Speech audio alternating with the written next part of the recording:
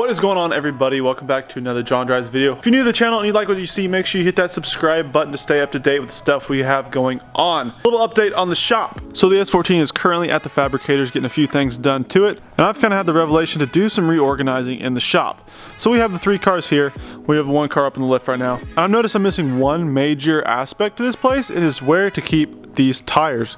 Now I am into drifting and I'm going to go through a lot of these tires and I need a place to put them. I was thinking about getting some tire racks, but I really don't have that much room like on this side of the cars, and there's already shelves on this side, and that's pretty much all the space we have. My idea behind it is maybe to figure out some way to like make a little mount that I can connect to this top beam up here, kind of drop it down and start stacking tires along the side of the wall. That would actually be kind of sick and pretty effective. We got a lot of that space to do so. I'm also planning to hopefully get like a nice little steel table right here that I can like mount a vise to and hammer on and weld on if I need to, and put these motors either underneath it or back in the back somewhere. If you guys missed my last drift event video with the new S13, there's a card right here. You can check it out if you want to.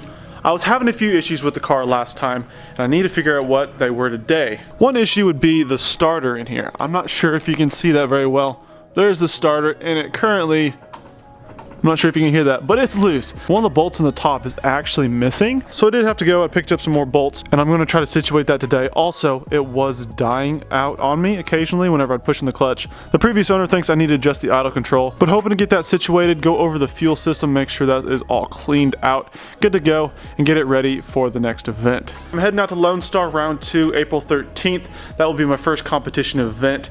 I'm super excited, a little bit nervous, but I think it'll be a really good experience for me to get some Pro-Am experience, especially with this car. This car is pretty mean compared to my my E36 up here with 190 horsepower. So let's get to it. So we've been working at the starter here for about an hour and a half, and we got it all situated. It is snug. Currently putting the exhaust back on it, so that way we can lower it and start it up, and then start working with that dying issue that we were having. Alrighty, we're about to fire this thing up. Previous owner thinks that this little screw right here is what might be causing that issue. Essentially what that does is it just raises the idle just a little bit by opening the throttle body a little bit more whenever you're off the pedal. So I'm hoping that's what the problem is. When I'd push in the clutch to grab some hydro, it would die, and then whenever I dumped it, it'd obviously start back up. So hoping that that might be the issue, that it's just closing too far, which isn't allowing enough air to hold the idle. That is our hope. So the plan is I'm gonna get in, turn the car on, and Jordan's gonna twist the screw, and we're gonna see how much it raises the idle. And then I'm not sure how well we're gonna be able to test it, because it's pretty busy out right now, and we're at kind of a main street, but might be able to just floor it and then push in the clutch and see what happens. Oh yeah.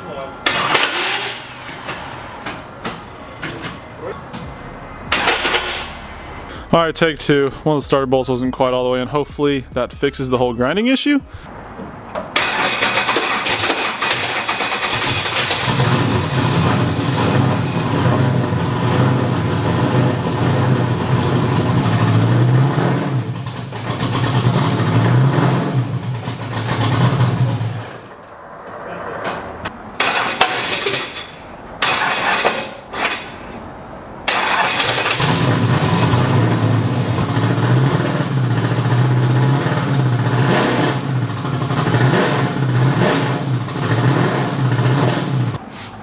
There's no belt on it, you do. What? There's no belt on it. It shot off again? Yeah, dude. Oh my god. Well, I think we found the issue to this problem. It shredded another belt. This is the second belt that it's gone through. At the event, it shredded one. I bought this one at O'Reilly's, put it on, and it shredded it again. I think I need to get one that has like 6 ribs instead of like, I think this one's like split in half, but like it needs to be a little bit bigger, I think.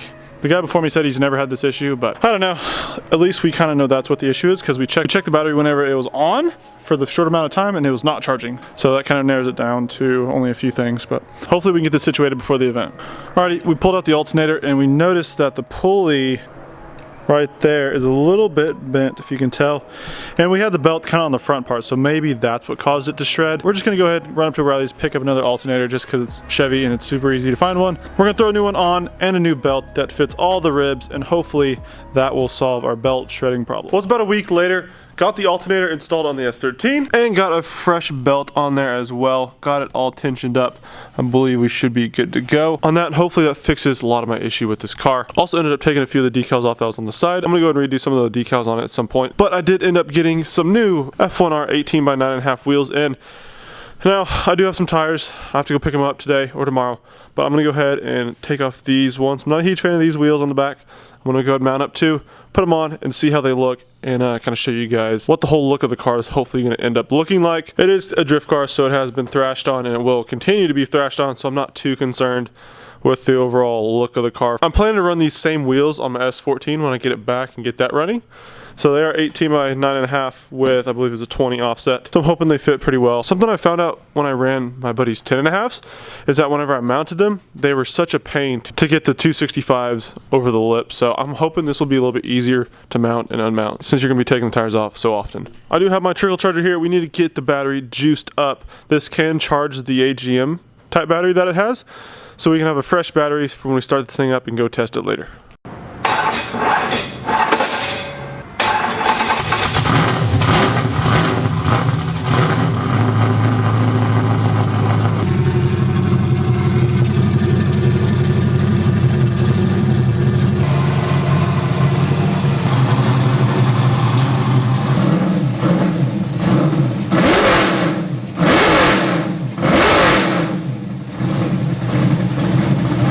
Day number, I don't even know. I've been working on this video for a while, been out of town, back in town. So I got some good news and I got some bad news.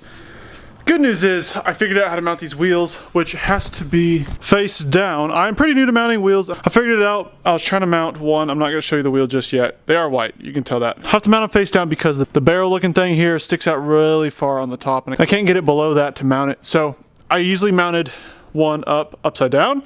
This is a tire I took off of the 240 already. But once I mounted that tire, I realized the new wheels didn't have tire stems in them, so I had to take it back off. Now I have to go get some tire stems for the wheels. I'm supposed to have another set coming in tomorrow, hopefully. Today's Thursday. I might be either leaving Friday or Saturday for the event. So I gotta get the car ready, bolt check everything, and pack it all up. But I'm just trying to get these wheels on, and they're just being a pain left and right, trying to get it all situated, but we'll get there. All right, so these are the front wheels, and these are the new back ones here. I do have two sets of these coming in, so I do have them mounted. However, I think I'm gonna wait until the next set comes in to use them as the fronts. In case they don't come in time, I'll just use the backs as spares, even though they won't match. They'll have to work for this event.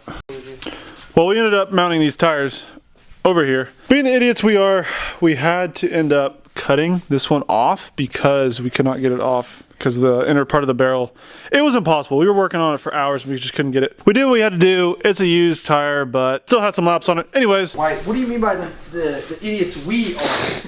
The idiots You? I am. Hey, it's a lesson learned, all right? Yeah, it's your lesson. It's not your fault. But the car's pretty much ready for the event. I bolt checked everything and there were some things that were loose. I want to put the trickle charger on it tomorrow, let it sit and get it fully charged for the event on Saturday. Alrighty guys, that's going to wrap up this video. Hopefully you enjoyed watching it. The S13 is ready to rock and pro-am this season. Make sure to give the video a thumbs up and subscribe. Let me know what you guys think down in the comments of the car. Thanks for watching. Catch you guys in the next one.